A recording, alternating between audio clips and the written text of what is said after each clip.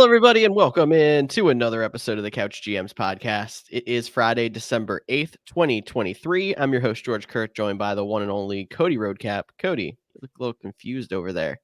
Is it because it's the last week of the fantasy regular season and you're trying to find where everything went?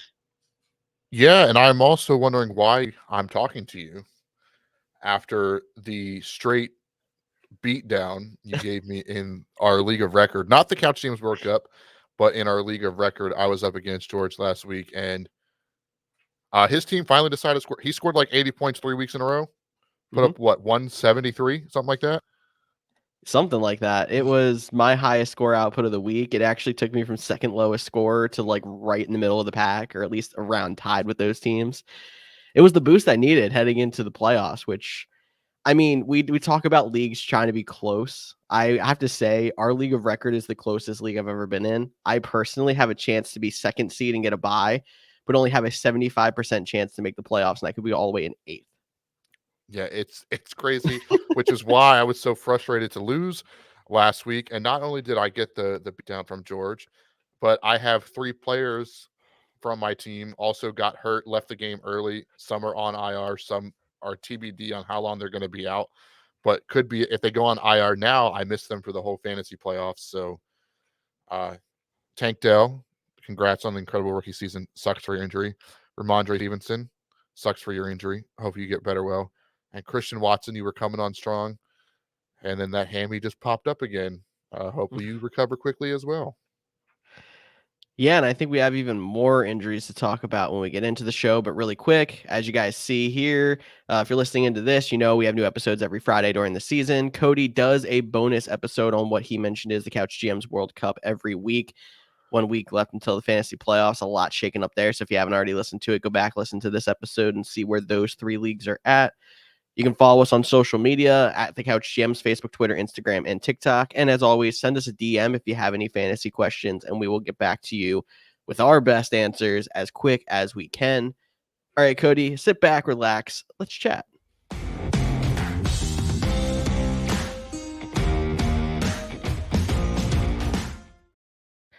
I mentioned we had to talk a little bit more on injuries, and first one's going to be related to the team that one of the teams that played on Thursday night. We record this before the Thursday night game, which we hope is not as much of a snoozer as we expected it to be.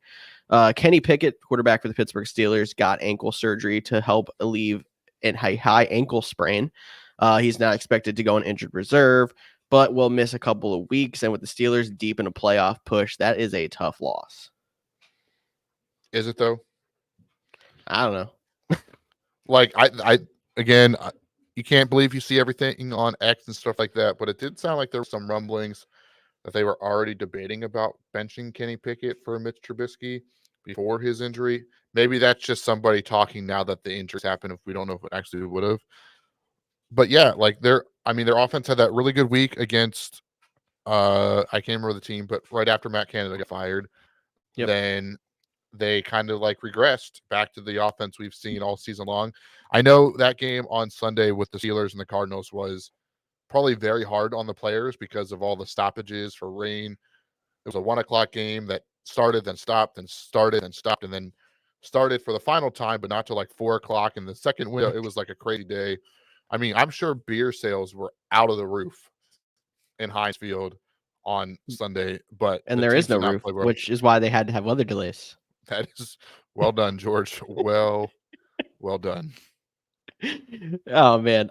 Yeah, that made Sunday even more interesting. I know I was locked in on Eagles 49ers at the time that game was like, I felt like in the middle of the third quarter, which just felt wrong. But anyway, other injury news goes to Monday Night Football in week 13, where Trevor Lawrence unfortunately got stepped on by one of his offensive linemen, went down with luckily only a high ankle sprain. We were worried it was going to be a lot worse when we saw him basically get the ankle twisted up and then fall on top of it. But he is saying that he's feeling a lot better as of Thursday. He actually has a chance to play in week 14. So we'll see how that goes. But thankful he avoided a bigger injury. Definitely. And I also appreciate him having to debunk the internet rumor that Jacksonville doesn't have carts after he gingerly was helped back to the locker room, and everybody on X, Twitter, Threads, Facebook was like, "Can we get this man a cart?" And he was like, "No, Yeah. I wanted to walk back to the room." And he's like, "Probably shouldn't have done that." Someone should just be like, "Bro, sit down on the cart. It's okay." From the medical staff or even Dougie P, even though he had a game to finish and get CJ Beathard ready and then the third string ready. But that was at least one heck of a Monday night game. Like Yeah. when it was Jake Brown, like you had that one circled on the calendar at the beginning of the season. Joe Burrow, Trevor Lawrence, the Jaguars in the up and up. Bengals desperately trying to get back to the Super Bowl after their loss 2 years ago, and they still have a good team. Then Joe Burrow gets hurt, and honestly, one of the best 3 games of the year. Yeah, even with Jake Browning at quarterback, he looked like he started. I don't know.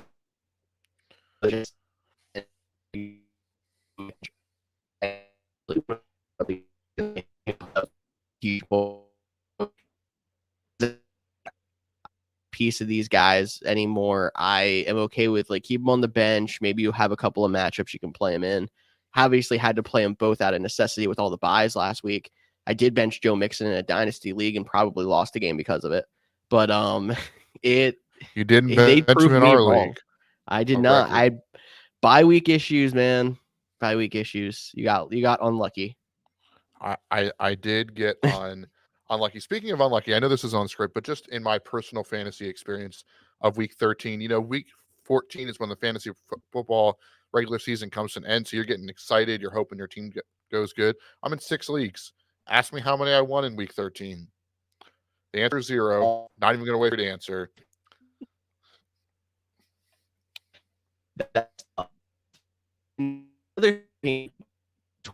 Because week 12 you had nobody on bye in the middle of all the bye weeks. And I know I had a great week in week 12, and some people were saying like, oh, maybe these are the weeks that are going to show how the fantasy playoffs are going to go because every team was at full strength.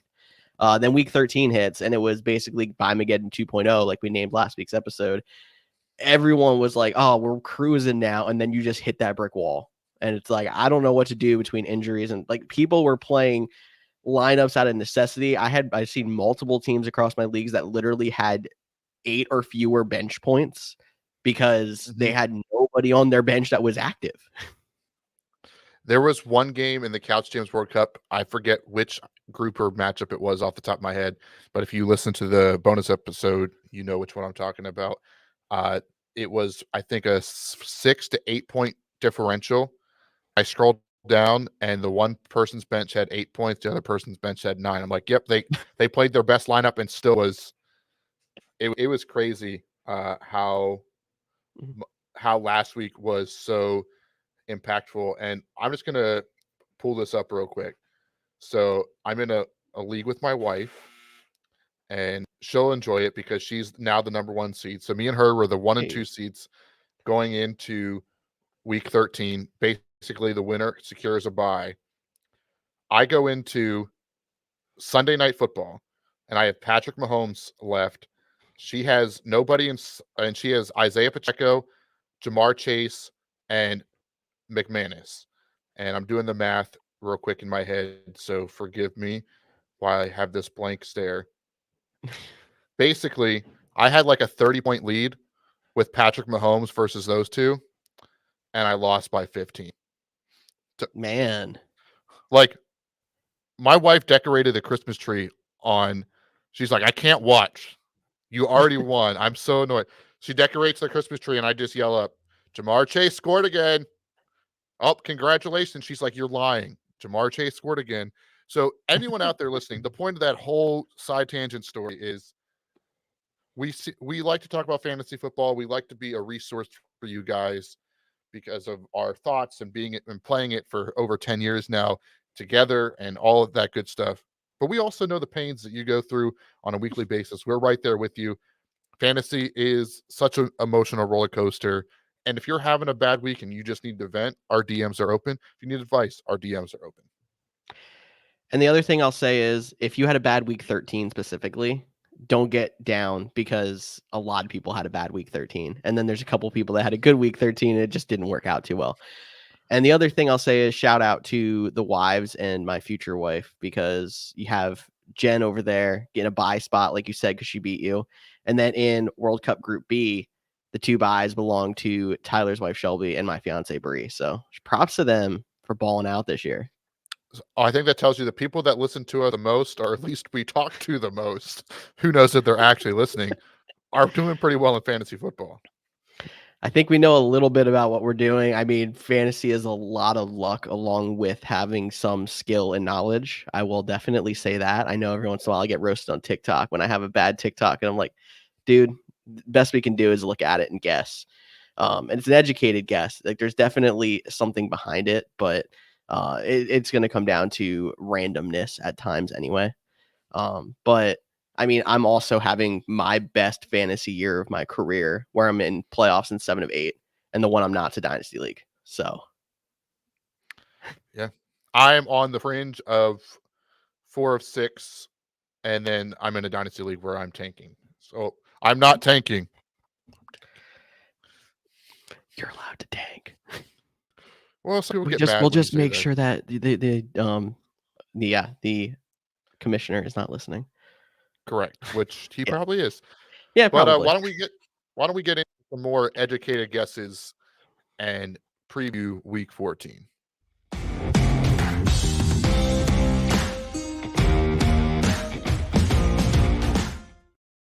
Buys are not over. We do have 2 more buys here in week 14, but They're we should basically be over. alleviating a lot of the pressure, as it is the Washington Commanders and the Arizona Cardinals. The Cardinals have had Kyler Murray kind of bounce back. It's been a little bit of a starter in some people's lineups, and they have James Conner, who's been balling out since he's been back, but that's pretty much it since we had the Marquise Brown downfall. Commanders, maybe you played Terry McLaurin 0. Now you don't have to worry about playing him as a 0 this week because he is on bye. And hopefully we'll He see needs to Brian rest from all that Robinson cardio. back. Yeah, right? All that cardio. And hopefully we will see Brian Robinson back from injury in week 15, but that remains to be seen. We'll talk about that next week. This week, we got to start off with the LA Rams West Coast team coming east to the Baltimore Ravens. Hey, before we get into that game, just want to, it's not that common, but some leagues don't know how to do playoff waivers, and they basically lock after this week. So just want to give you a shot. Maybe look ahead at the schedules. Make sure you have your defenses.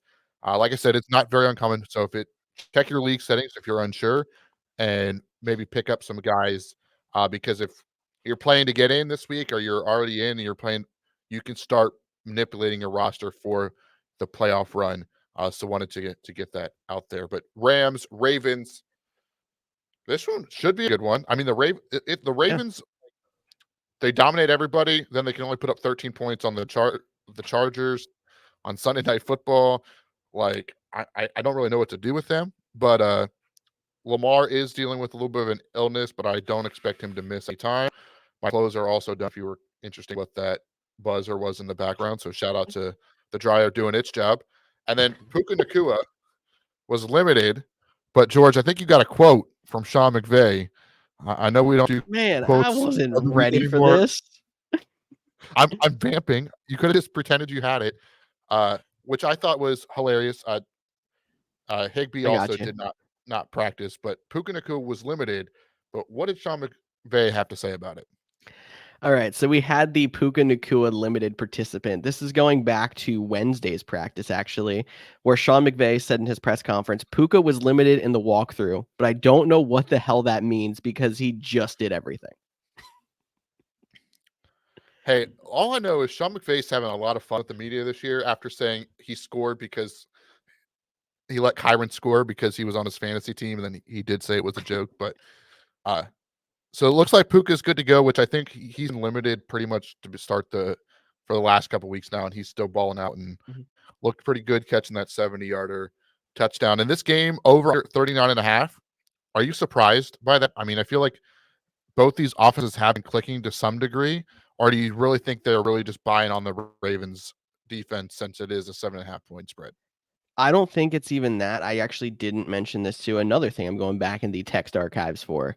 A lot of these over unders in the early window have been lowered over the rest of the span of the week because of weather. So, like example, Ravens and Rams started off at 44.5. It has slowly inched down to 39.5 because they're expecting rain and 20+ mph winds. It's also going to affect Chicago, Cincinnati, Cleveland, and the Jets. So all of those games had over-unders in the 40s, and they have all gone down into the 30s. I mean, except for the Bears Lions is still in the 40s, but we'll get to that. So because this comes out on Friday, it's not as much as us talking to it on Thursday right now.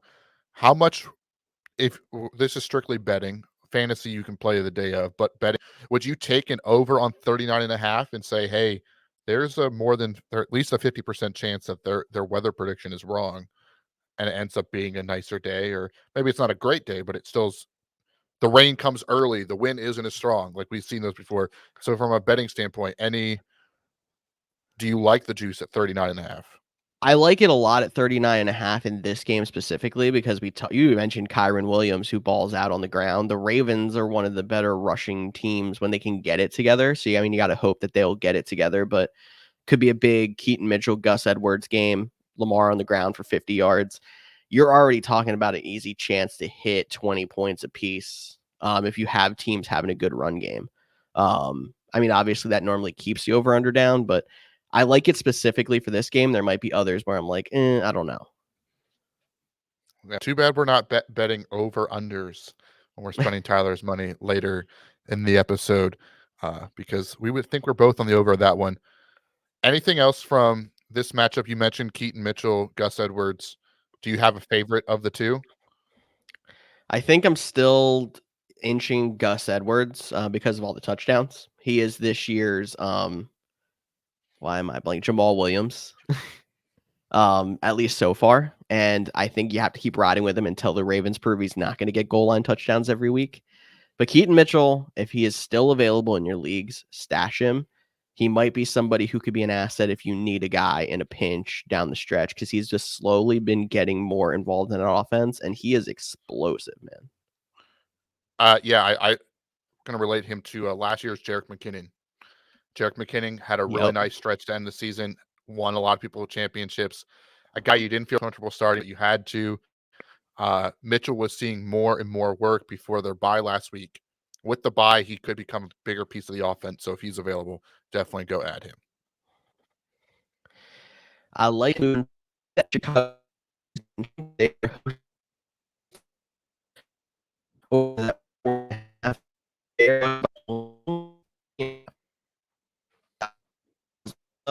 think Lions sales have kind of come out over the last few weeks. Like people are giving up pretty quick, and the Lions are still one of the best teams in the NFC.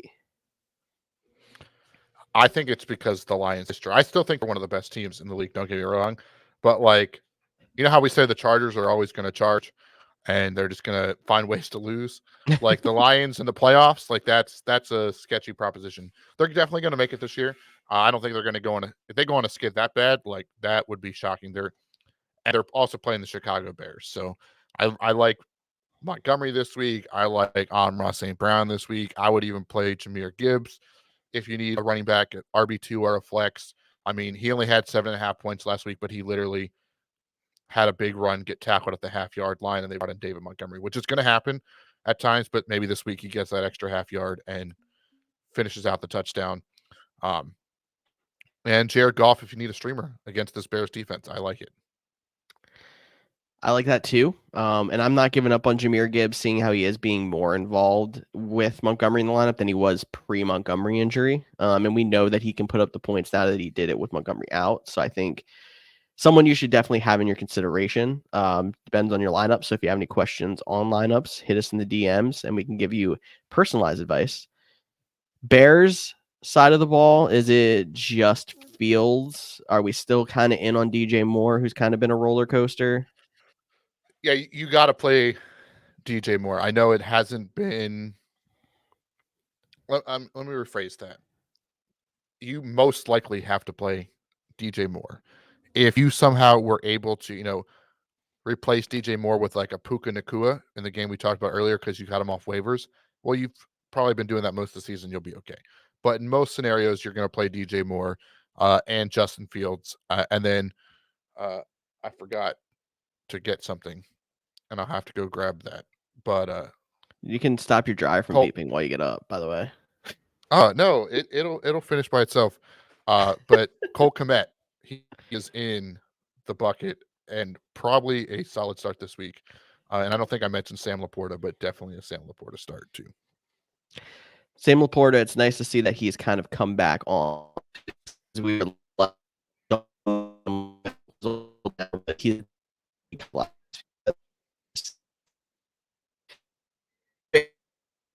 the Panthers 5-point underdogs. The over-under in this one is only 37.5. I think the Saints are going to be okay. They are dealing with some injury issues, though. Taysom Hill and Rashid Shaheed both did not participate Thursday. Chris Olave also was listed as a DNP, but he's only got an illness. And Derek Carr, limited participant. I think he's going to be good to go. I think, honestly, the biggest one to watch for is Taysom Hill, because we talk about how hard the tight end position is. And Taysom Hill, I think he's only got one game under 10 half PPR points in the last, I think, 5 or 6. Yeah, he's been playing pretty well. Now Derek Carr is limited, so we'll see if he goes or if they'll roll out Jameson Winston this week. And I don't have the number. I wish I would have. Next time, Cody, do more pre-production work. Neil would be very disappointed. I didn't follow the 8Ps before this podcast. But Taysom Hill, I think, takes a little bit of dip with Jameis Winston, but he also sees more snaps at quarterback. So it's like, where's the opportunity going to be? Is he going to get some goal line, or is he more like an in between the 40s? But either way, I think Taysom Hill is in your lineup if he is good to go. Agreed there. Panthers side of the ball. You actually called a shot last week. I'm not saying to play Jonathan Mingo, but keep an eye on Jonathan Mingo, because you called a shot last week in that bet, and he actually had a breakout game. And he's overtaken Thielen as a wide receiver 1 right now. They obviously don't have an explosive offense, and it's not something I really want to part of at pretty much every position. But he's probably their best option right now, besides maybe Chuba Hubbard. Yeah, Chuba's probably the safest option to play in fantasy, but like you mentioned, who wants a piece of this offense? So really, if you're looking at Panthers, you're looking for cheap DFS plays at this point. This game is divisional with the Saints, so wouldn't be surprised if it's close. I mean, 39.5, you're not expecting much there. Like, this is a game that the Panthers shouldn't win, but could win, just because it is divisional. But yeah, I'm not touching anybody on that offense, especially when the bye weeks are so, like last week, like I could talk myself into a Chuba Hubbard. There's got to be better running backs that I'd rather play than him. Maybe one of those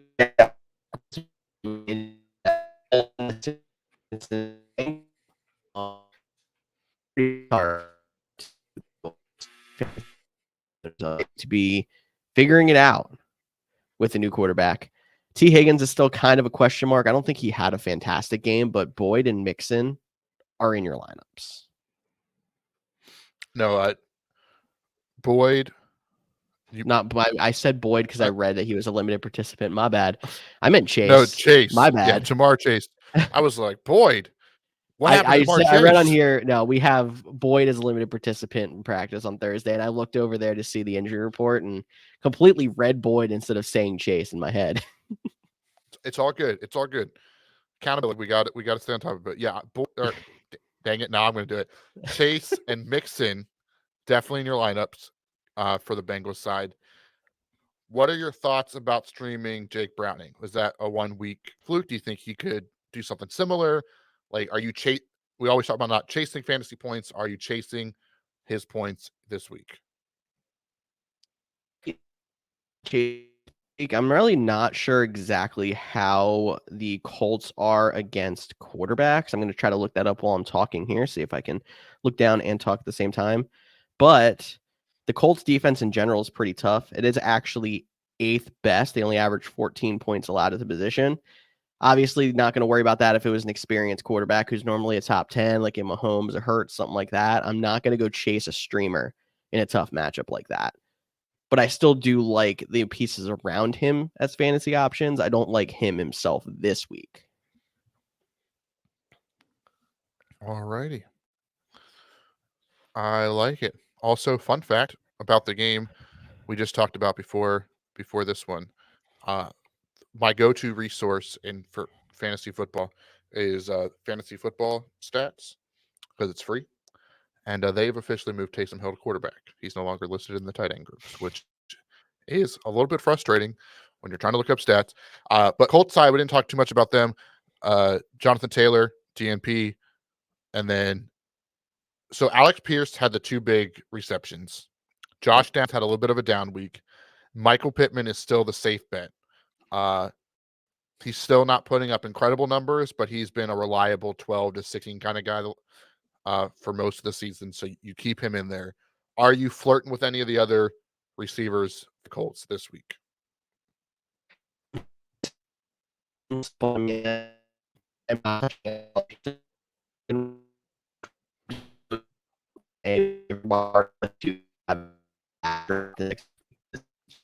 Is inconsistent. He's just not a mainstay in that offense, but he is decent. So no, not touching any of the other receivers. I think it's Michael Pittman or bust. And Michael Pittman is one of those guys that we have not talked a lot about, and he has been going crazy lately. Yeah, for sure. Trying to look. He is currently wide receiver 12 on the season, averaging 13.2 fantasy points. Borderline wide receiver 1. That's crazy for somebody that we were like, you can bench him for a couple of weeks earlier in the year. I mean, obviously he's been a lot better lately, but he's been pretty good all year if he's wide receiver 12. Yeah, I really like what Mike Pittman has done for my fantasy team. He has really, really helped the last couple weeks. A guy I don't like what has done for my fantasy team is Garrett Wilson and or Brees Hall. So let's talk about the Jets and the Texans. And 2 years ago, this game would have been the Thursday night game that nobody wanted to watch that we are currently recording during. Now we want to watch it for at least one side of it. And if Rodgers was playing, this might have been a surprisingly really good game with Stroud versus Rodgers and these two teams. All that to say, Brees Hall's the DNP. Garrett Wilson is out of your lineup, despite Zach Wilson being back as the starter. No more Tim Boyle. He was actually released. Trevor Siemian is the backup. So the ultimate hype man. R.I.P. And then I mentioned at the top of the show, Tank Dell unfortunately suffered a fibula injury, and he will miss the rest of the season. Noah Brown is a full participant. Dalton Schultz was limited to DNP, so that's one to monitor for the tight end room. Nico Collins had a really nice day when last week after Tank Dell went down. But how confident are you? Because one thing that has been good about the Jets is their defense. So I'm just going to ask you basically CJ Stroud, yay or nay. I feel like he's earned the respect to be a yay no matter what. Yeah. I feel like he's an every week starter. He's a So yay. we're going to agree with that.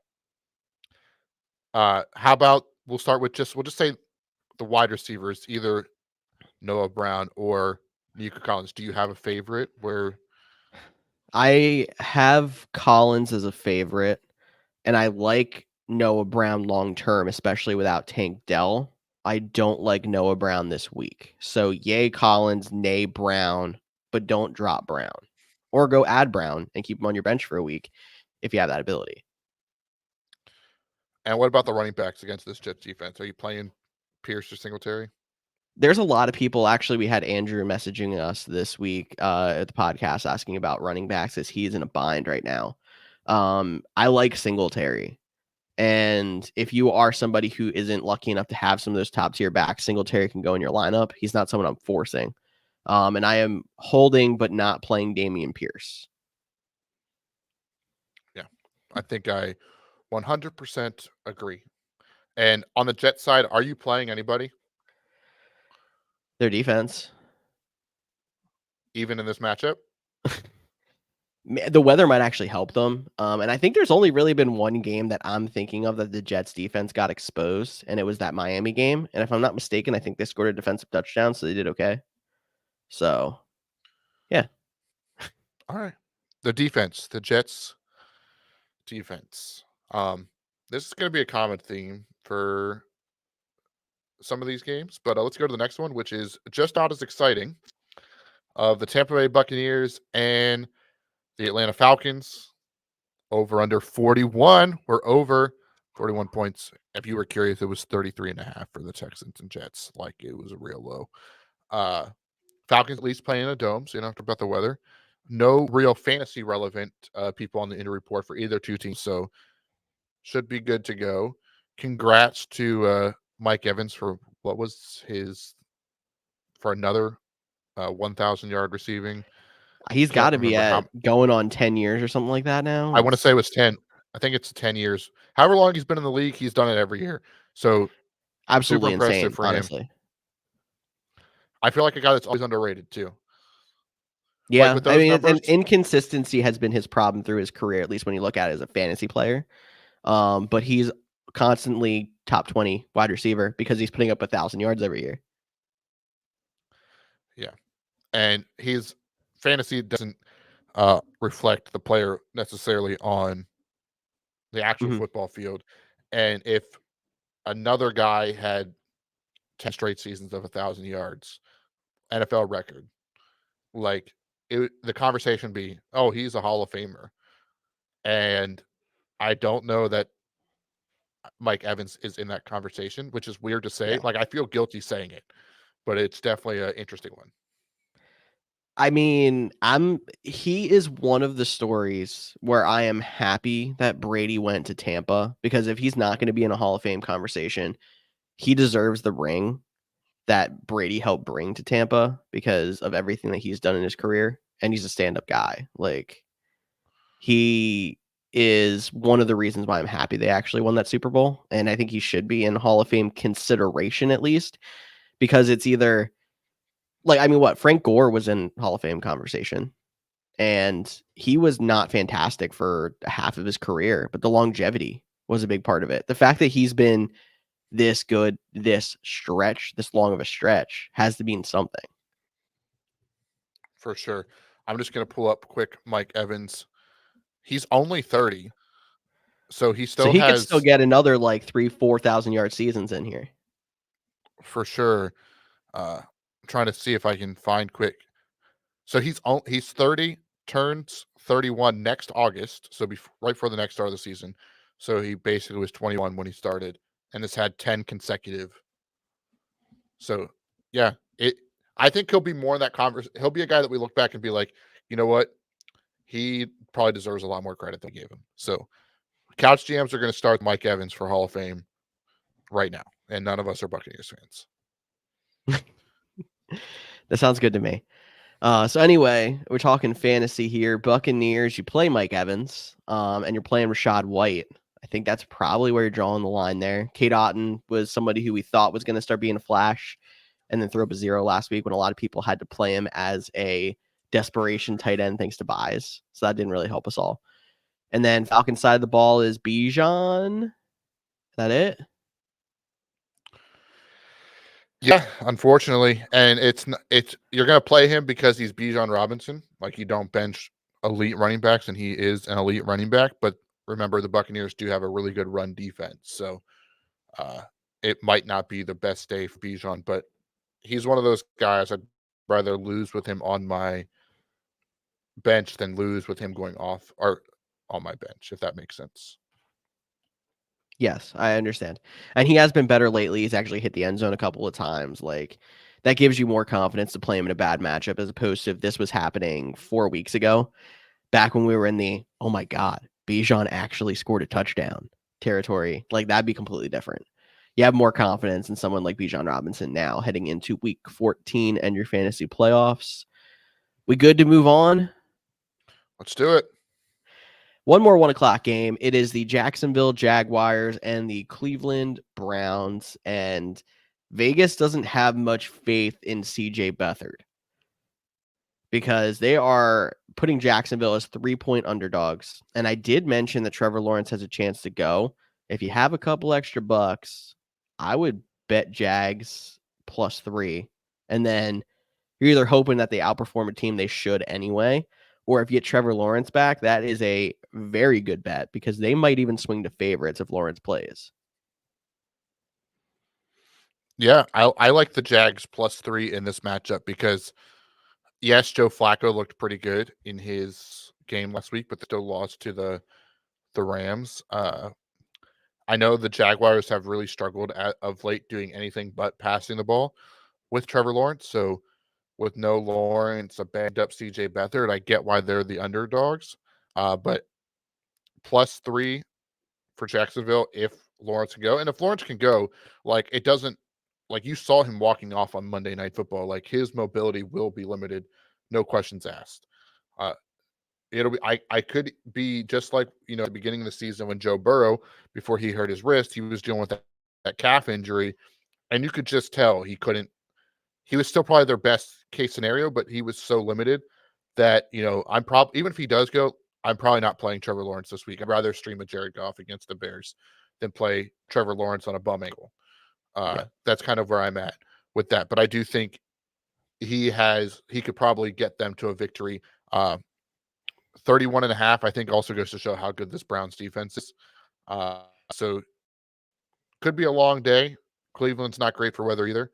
I don't know what the actual weather report is, but just they're always one of those really bad weather teams and something to monitor, especially for a Florida team coming up north to the cold. Yes, sir. I have this feeling too. If Trevor Lawrence goes, we might have the big Evan Ingram game this week too. Because I could see Dougie P going back into his bag of tricks and running the Nick Foles offense, the RPO quick passing game.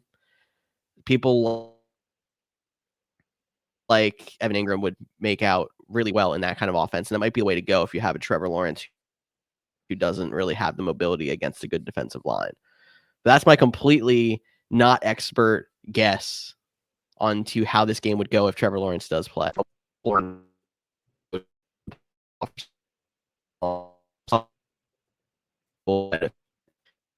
that should be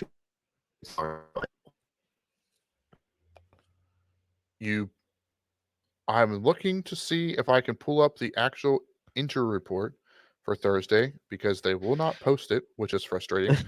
But we're talking about Trevor Lawrence because he definitely was limited on Thursday after not practicing on Wednesday.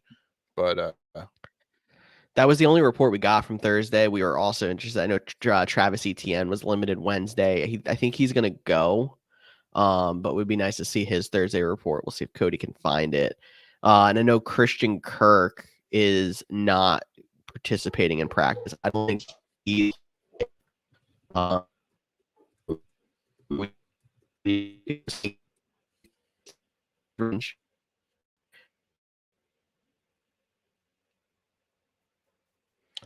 was not able to find anything.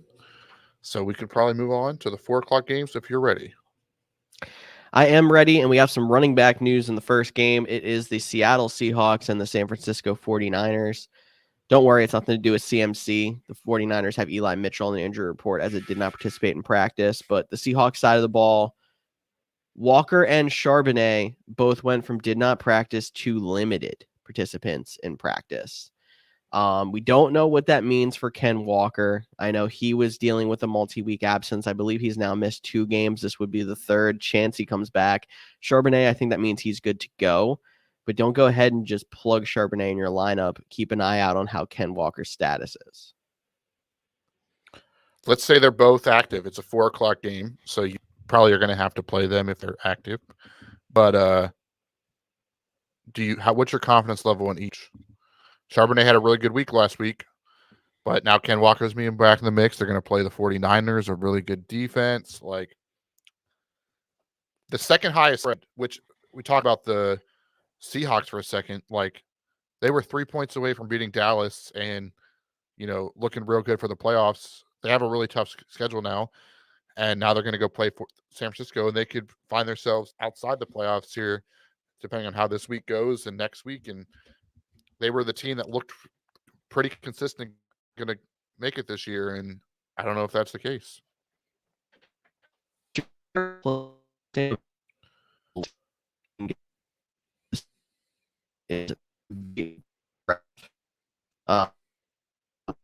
By that much. But anyway, to answer your question about the running backs, I have to say I want to play Ken Walker and not Charbonnet if they both go. both go. Yeah. And I was wrong, by the way. I forgot there was the Thanksgiving game where the 49ers won 31-13. So I knew they already played, and it was only 2 weeks ago. So there's that. But you have to limit who you're playing against the 49ers for the most part, because you know that defense is tough. There's very few offenses that I'm confident in playing all of the guys. So I mean, you're playing DK, and I would play whoever the starting running back would be. It would be Ken Walker if he's in. It would be Charbonnet if he's not. And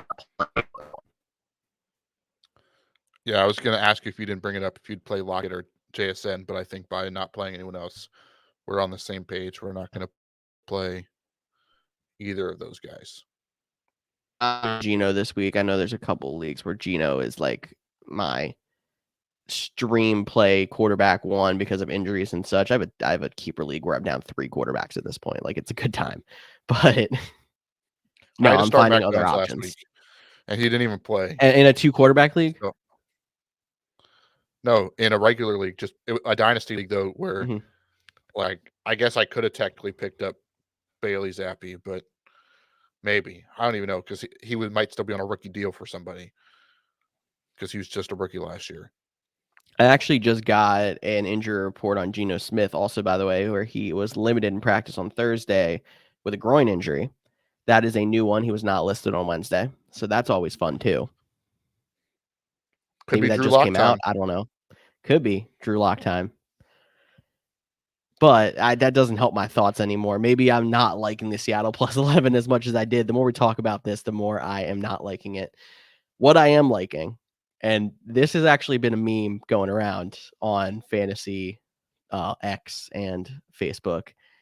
Justin Jefferson is expected to be back after his long absence. And I saw the video going around from the clip from The Office where Michael Scott comes up in the car blasting Lady Gaga and says it's Britney. Expletive. Being like, that's J-Jeff. And everyone's like, nah, it's too late, bro. I've needed you 4 weeks ago. But he's back to 100%. If you're still in the chase and have J-Jeff, that's good news. So the league I talked about at the top of the show with my wife, where we are 1 and 2, I have J-Jeff. Like, I could have gotten you hung in with 2 with J-Jeff. Without J-Jeff. Like, I could have got a bye and J-Jeff back. Down up 30 with Patrick Mahomes versus Pacheco, Jamar Chase, and a kicker. And I lost. The fact that you're still, though, probably 3rd in that league with J-Jeff coming back is impressive, because I know the one league that I'm missing the playoffs is a dynasty league where my entire team fell apart when I lost J-Jeff and then Dallas Goedert. So be lucky that you're in the position you are in. And there's going to be other people out there that have been frustrated waiting for J-Jeff. But if you're in a chance to get back into the playoffs this week, or if you're still in a playoff spot going into this week, this is great news, even with Josh Dobbs at quarterback, as they did confirm he is going to start again this week. Yeah, which I was kind of surprised that we even had to answer those questions. I know maybe they're thinking about going back to Jaren Hall, but I feel like if you trade for the guy, you're going to ride it out with him. I know he had a really bad game against the Bears when the Bears seeked out a victory over them. But let's not go back to that game, because that game was awful. But J-Jeff back, I think that's going to be a big boost for the offense. What are you doing with the Vikings running backs? So are you playing Madison? Would you rather take the flyer on Chandler? Like, do you pretend they don't exist? Like, what are your thoughts? I've been pretending they don't exist personally. Probably not the best move. I've had them both stashed on benches in other places, but I've never been confident enough to play them. Part of me hopes that Chandler keeps this rise to become someone that I am confident playing, because I don't know if I think Madison's burned me too many times for me to be happy with playing him at this point. And it just seems like no matter who ends up backing up Madison, they're just slowly keep getting more carries. Like, Cam Akers was slowly working his way into the lead back role, and then he got hurt again. And then Ty Chandler slowly working his way to lead back. Like, it seems like the Vikings want to replace Madison. And maybe that's me reading into it too much. They're also coming off a bye. Never know what kind of changes you make coming off of a bye. So I'm not playing either. And I hope that it's Ty Chandler who keeps breaking out to go into the fantasy playoffs as somebody who you could put in a pinch.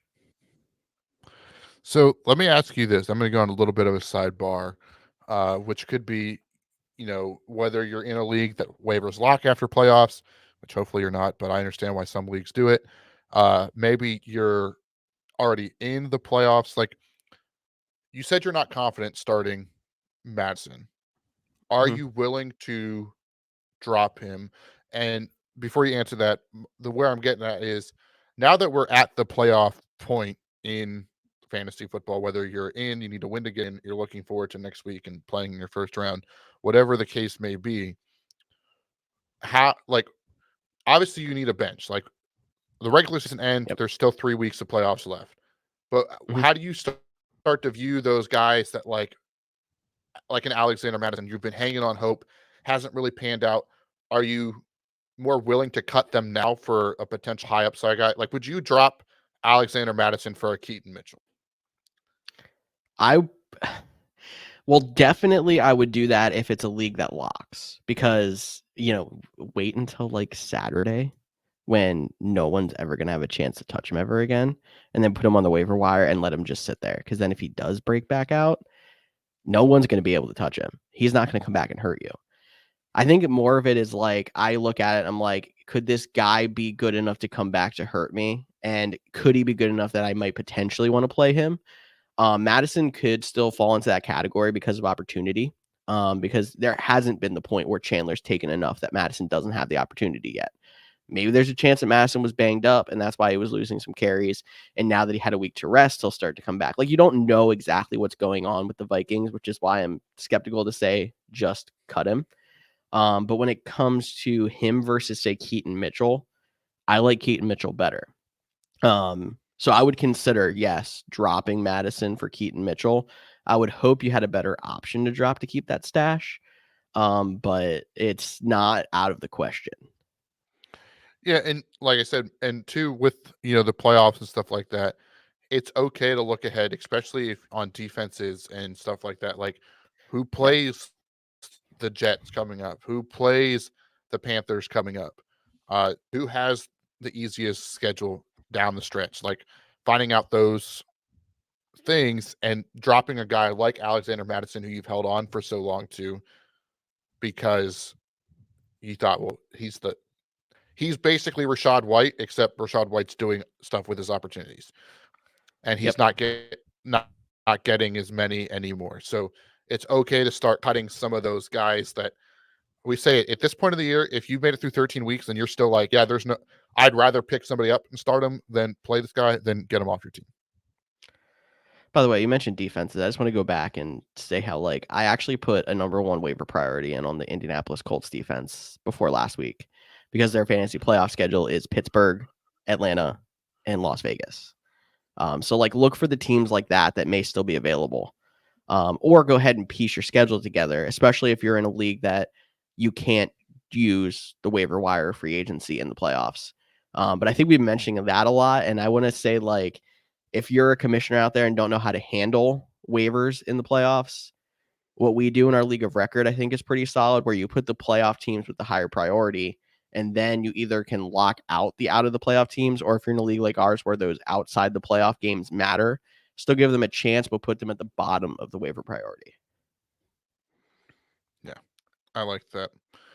And another good defense, if you need one for this week too, uh, which it's going to sound like I'm a homer, but the Packers next 4 games, they have the Giants this week. We'll talk about that in a sec. Buccaneers, Panthers, Vikings. So that's a pretty good stretch of mediocre teams. That is, and the Packers defense hasn't been too bad unless their teams are running against them. But yeah, we'll get to But them. I will say, the running backs have had success, but they have now gone 8 straight games with allowing less 24 points or less. That's impressive, actually. And there's another team who's had a defense that we haven't been talking about as much as they deserve so far. And they're in our next matchup, where the Kansas City Chiefs are hosting the Buffalo Bills. Normally, this game would have a lot more juice. And Buffalo is, still a solid team that is in playoff contention, but they're just not the dominant force that they have been the last few years.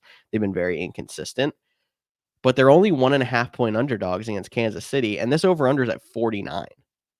Like, for what are you saying, like, the Chiefs' defense has been very good this year, and Buffalo's offense has been inconsistent. The Chiefs haven't had as much success passing the ball because, they don't have the consistency at wide receiver that they've had in past years. Like, 49 seems high. I kind of want to go under, and I never want to pick unders. No, I don't blame you for wanting to pick under on this one. I know the Chiefs have some injuries on the defensive side, which we don't talk about too much on this podcast because we're thinking about a lot about fantasy football. But to your point, the Chiefs, now it was just last week to the Packers. 27 points was their most allowed points on the season. Yeah, they've held teams So 21 and under pretty much all year. yeah, there's only been 2 teams to score over 21 on them all season, and that And includes they're sitting here in this chat. in this chat. Yes. Yeah, the Eagles put Well, up we 24 on them. scored Wasn't 20. it 24? No, they only put up 21. It was the Denver Broncos, which is 21, my crazy, bad. but Oh, yeah. 21 for the Eagles. Yeah, never mind. The Dolphins only put up 14 of them. Now that game was in Germany, but still, like, this defense has been very good. So I'm with you. I like the unders as well. And we were so excited to talk about this game that we completely disregarded the Raiders against the Vikings last week. So real quick, and George, you can just jump in if I say anything. But Devontae Adams and Josh Jacobs. Okay, we can go back to Yep. this game of the Bills and the Chiefs. Yes, we can. So we're gonna play the weekly question of which Chiefs wide receiver or none. Cody, take it away. None. Travis Yeah, that's pretty Kelce, much it. Karma himself. Travis Kelce is pretty much a wide receiver. He's basically the only one they have, and he plays tight end. But no, I mean Rashee Rice has been decent. It's just not fantastic every week. And I know There's I panic added and played Justin Watson in a dynasty last week, but that's a dynasty league where there was no one available.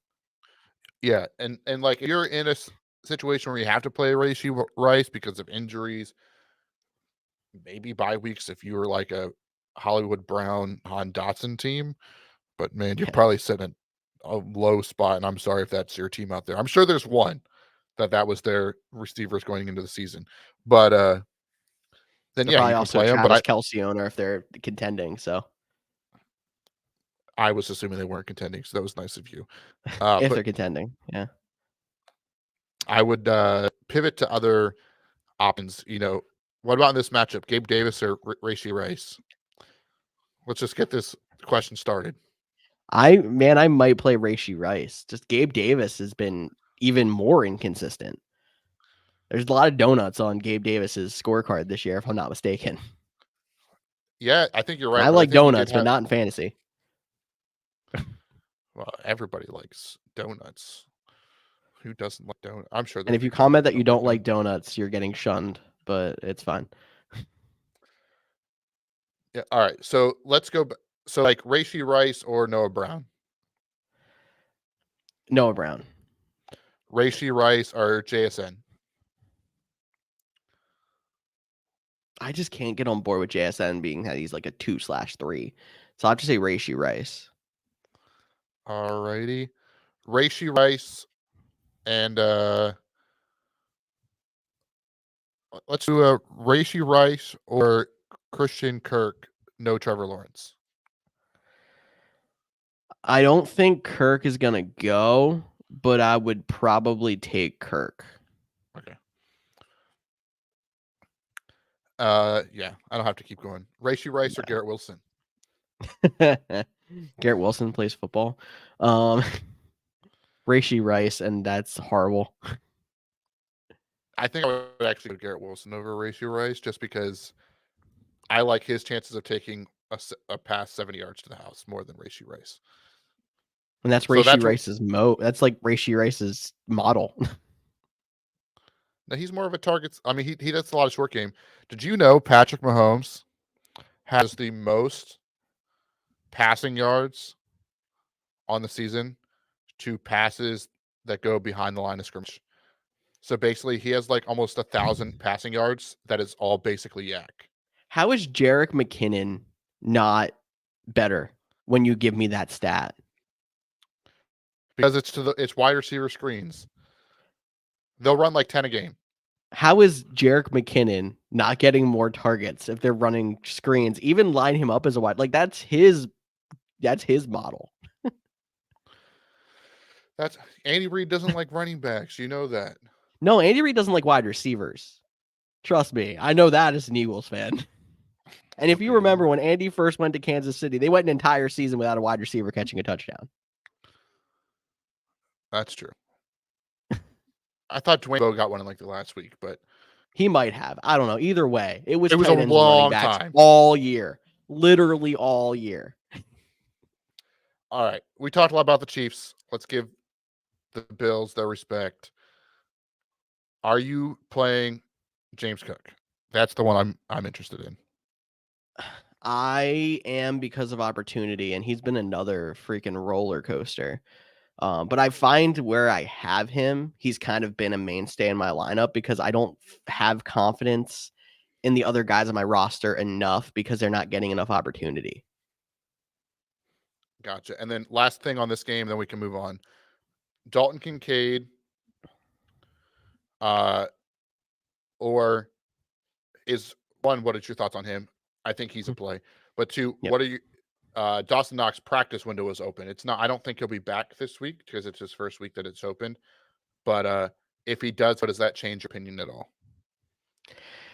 I think Dalton Kincaid has kind of solidified himself as a cornerstone in this offense. Like Josh Allen's been using him as a safety valve. He may not have been like explosive the last 2 to 3 weeks, but the dude's still putting up as many or more points than every other tight end in the league.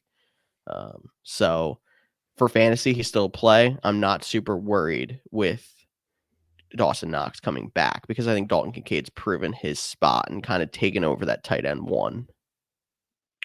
Ooh, I agree. All right. If you made it this far, it's because you've been waiting for this game. Sunday Night Football, Philadelphia Eagles at the Dallas Cowboys.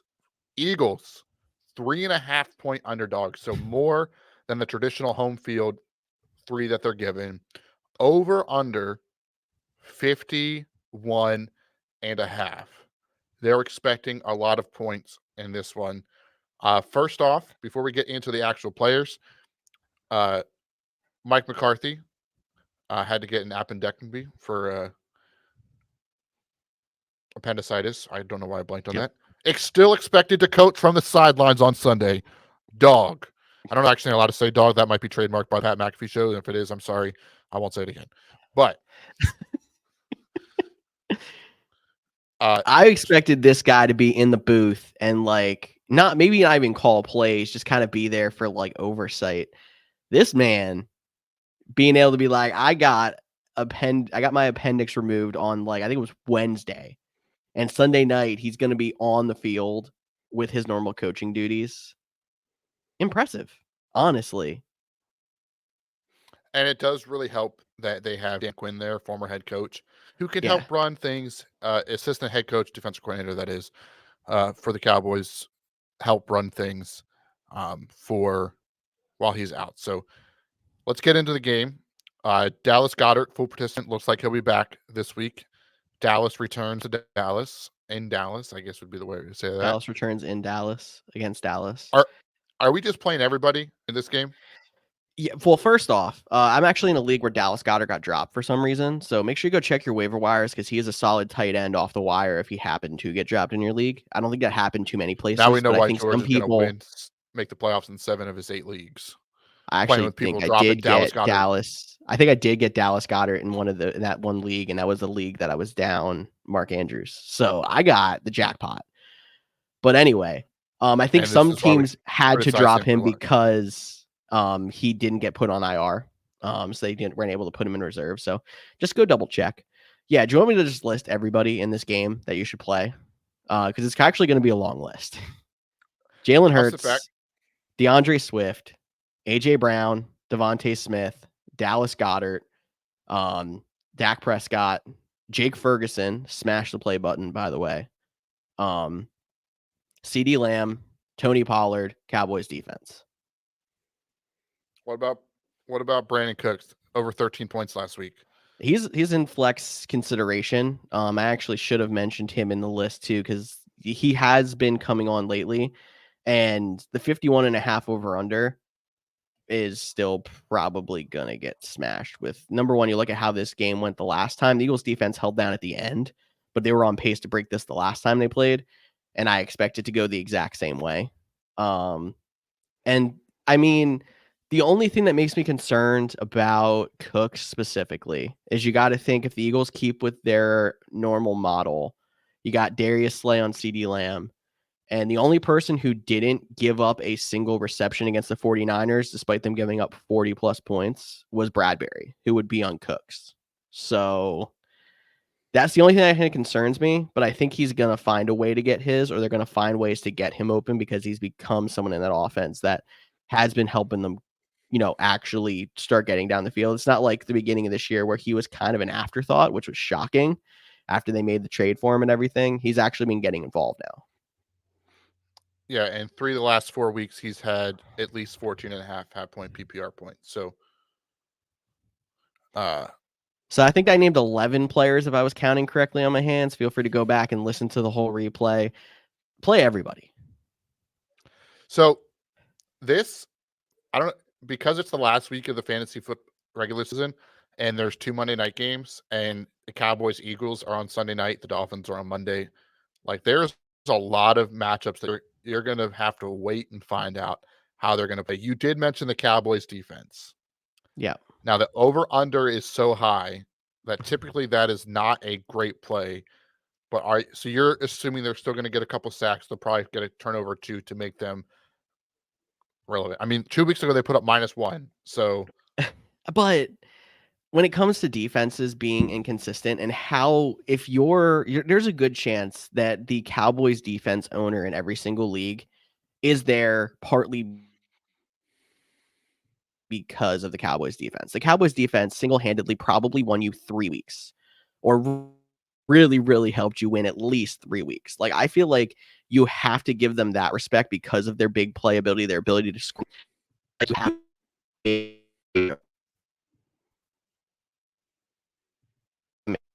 and score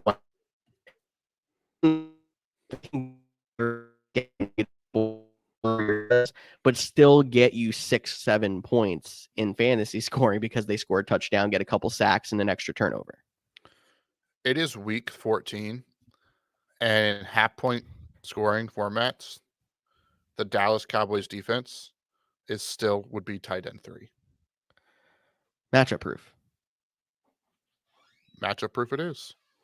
Yep. All right. Ready for Monday? We got 2 games. We got 2 games, and it still feels like a letdown. Whoa! The Dolphins are playing.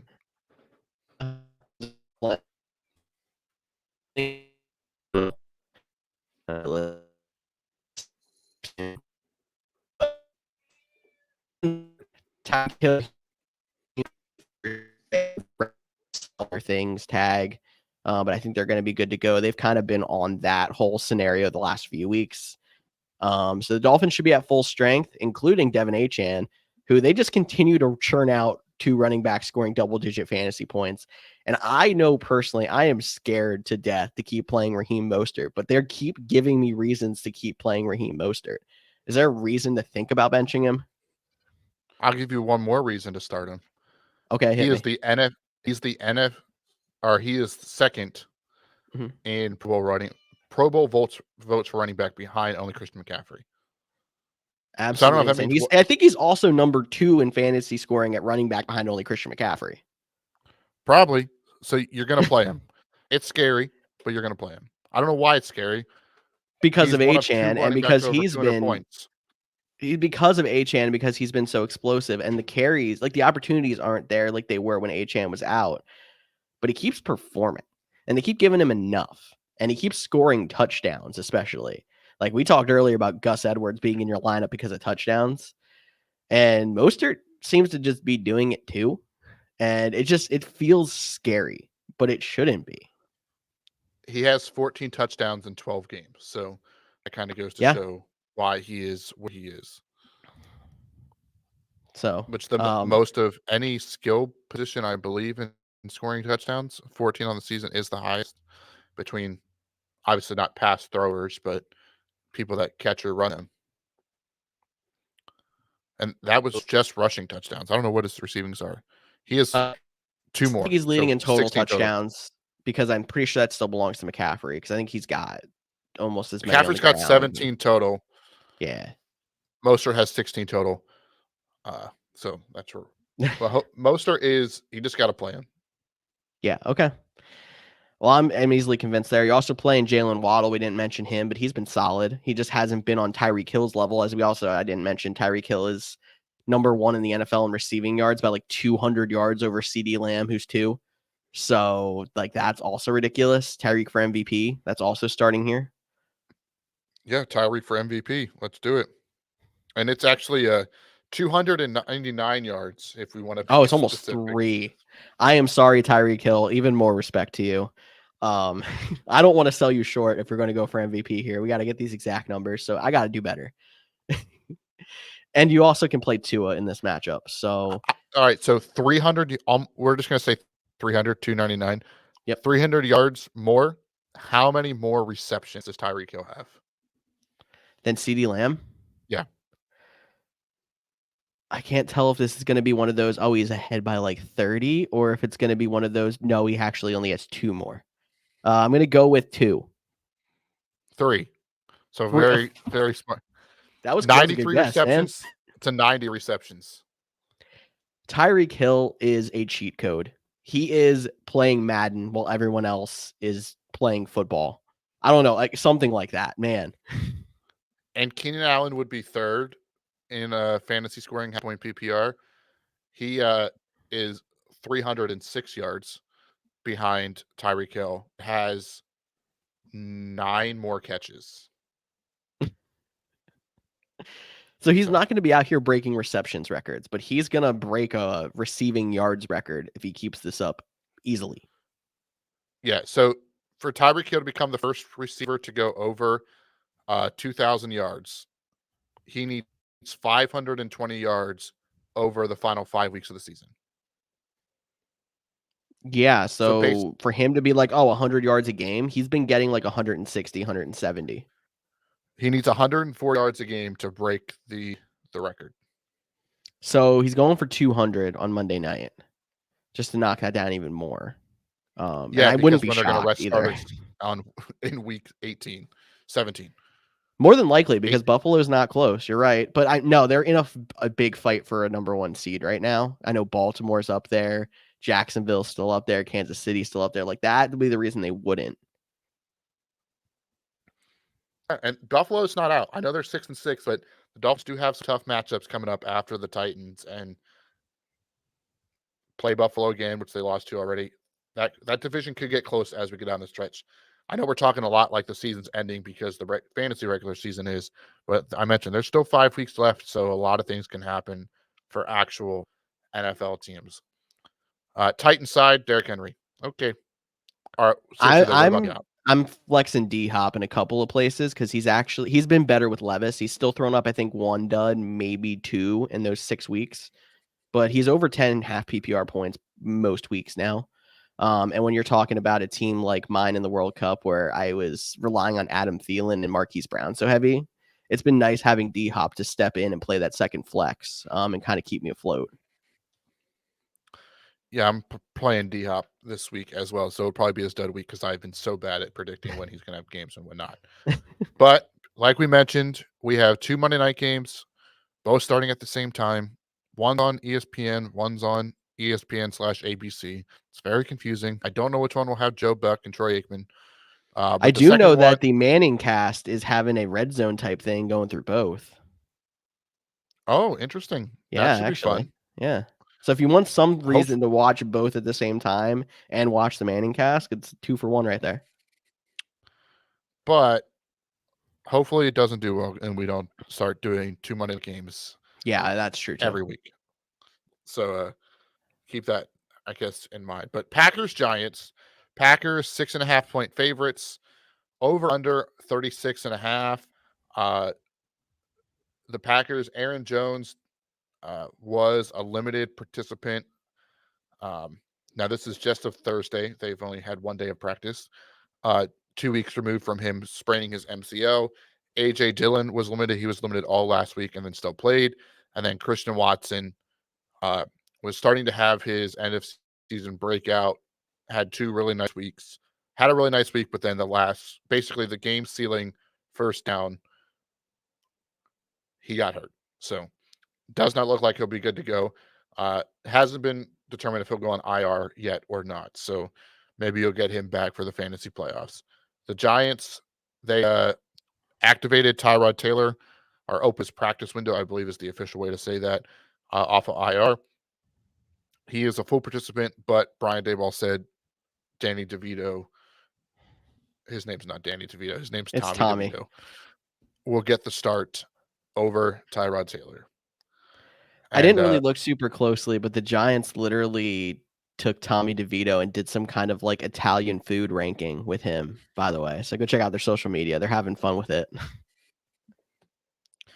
When your team's that bad, you should have fun. Now, I will say this, the Packers are arguably the hottest team right now after beating the Chargers, Lions, Chiefs the last 3 weeks.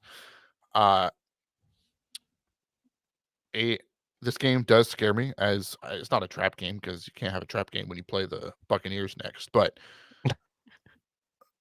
they have been susceptible against bad teams against the run. And one place the Giants can take advantage of that is just keep handing the ball to Saquon. So despite the Giants offense looking pathetic most of the season, not really scoring touchdowns, it is a week I do really like Saquon Barkley. He's the only Giant I would play, but I do think he could have a really nice game for you in week 14. I like Saquon as a play this week too. Packers side of the ball is a little tougher, especially because it's Monday night and you mentioned Aaron Jones limited, AJ Dillon limited. You kind of normally want to play one of the two, and it's tough to say play one of the two if you have to wait until Monday to figure out who's going to play, and that seems pretty likely. If you end up hearing news that they're going to hold Aaron Jones out one more week, AJ Dillon should be good to go, and you'll get their final injury report on Saturday night, I believe it is. But I can't sit here confidently on Thursday at 8:21 and say play AJ Dillon, don't play Aaron Jones, or vice versa. So I will say plan on not playing Aaron Jones. If he does go, I imagine he'll be on a snap count. We saw this with his hamstring earlier start the season.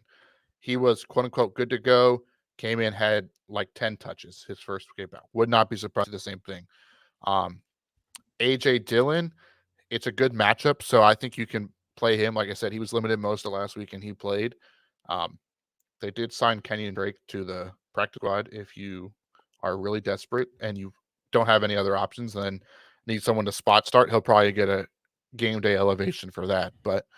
And then the wide receiver side, without Christian Watson there, I know Jaden Reed had a little bit of a down week. I actually think he was limited as well. I just didn't write that down. That is maybe DNP with chest injury, but he missed most of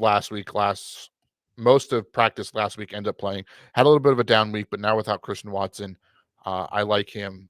And if you're playing DFS, doesn't normally let you play the whole weekend, but if you're playing Monday night DFS, Dontavian Wicks is a name that you should remember. I like it. I'm good with Packers Giants because you mentioned Jaden Reed. He's probably my favorite play on the Packers side of the ball. So we're good to go into my favorite segment just because of Cody's old bumper. Why don't we hit some Survivor picks? Survivor picks. And yeah, just to confirm, Jaden Reed was limited. So better than last week. But time for them picks.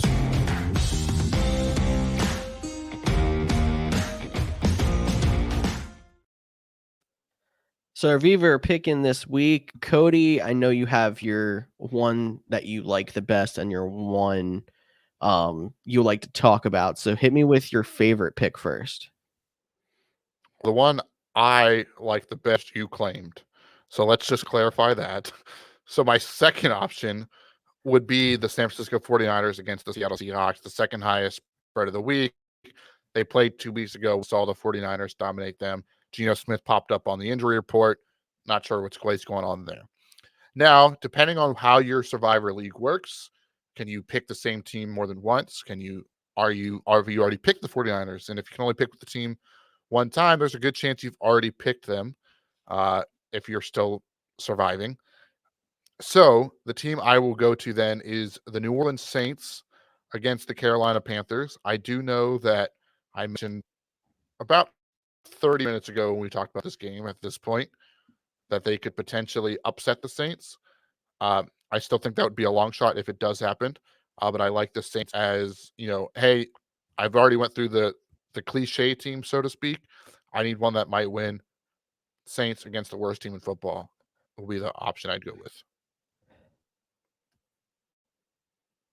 I like it. And Cody's favorite pick that I stole from him is the Dolphins over the Titans. So again, maybe another cliche pick. You might have already picked the Dolphins. I like the Saints as the backup, but yeah, I am taking Dolphins over Titans, which is the highest spread of the week. So maybe that is the easy pick.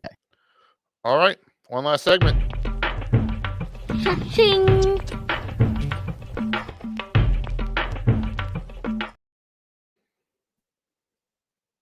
Oh no. Did George freeze on the last segment? I did not, but I did not see the bumper go through, so that's interesting. I didn't get to hear the cha-ching if that is what happened already. But we are going to pick spreads this week, as Cody mentioned. Maybe he wanted over-unders this week with all that weather and such, but him and I both stink at picking spreads, so we figured we'd make this interesting, I guess. It's not our money. It's not our money, it is Tyler's. And $5 on my first thing in the parlay is the Texans minus 3.5. So I think that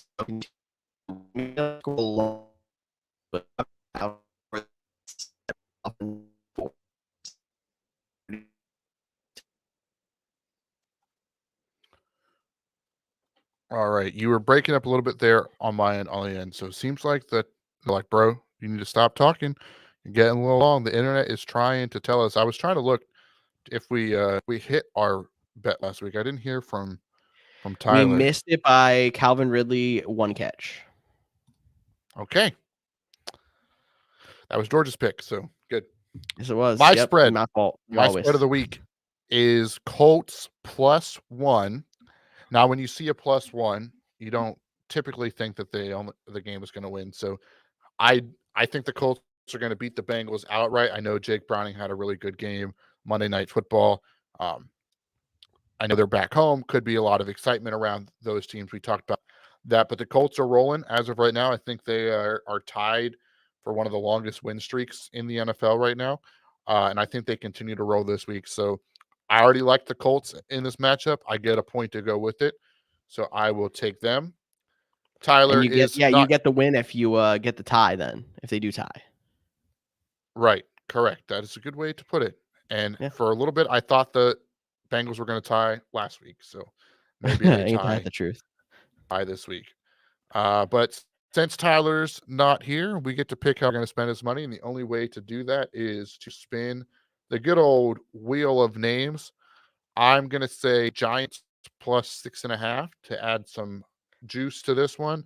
George is going to say Eagles +3.5 on this one. We're going to spin the wheel. The wheel is spinning round and round it goes. It is slowing down. If you're listening in the pod or listening in the car or at work, it has stopped on Giants +6.5. George, how do you feel about that one since that was my bet? I was actually thinking we should go Packers -6.5, but you did convince me with the Packers having the run defense that can be exploited, having Saquon on the other side, which is really the big thing the Giants still can do. And they did start to look like they're getting it together a little bit over the last week or so. I think I could see them covering, but I would still pick the Packers outright. All right. Yeah, I like that as well, which means let me why am I blanking on what your first pick was? Texans -3.5, sir. Thank you. I'm trying to build the parlay here just so the viewers can know how much we're going to win, and that's because we spin the wheel, so we don't know. So $5 would win a grand total. It's plus 595 odds, 34.79. So seems like a solid day in the office for that one. But let me get this off the screen so you can see us wrap up the show. A lot of bad quarterbacks this week. It could be a rough one. Anything else you want to add? Are you good? No, I mean, I could go through all the bad quarterback matches if you want, but no one wants to hear that.